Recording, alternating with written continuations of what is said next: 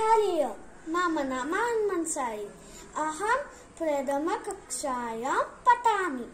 मम विद्यालयस्य नाम सेंट एलोयसियस गोंजागा। उपायः कथा। एषः काकः।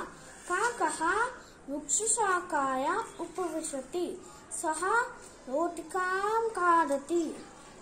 तदा शृगालः आयाति। शृगालः काकं कथयति, काकराजा एकं गीतं गाय, तव गानम् अतिमधुरम् इति मूढः काकः गीतं गायति।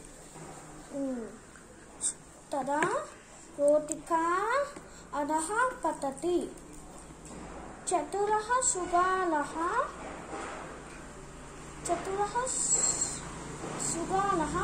रोटिका सहिततया धावति।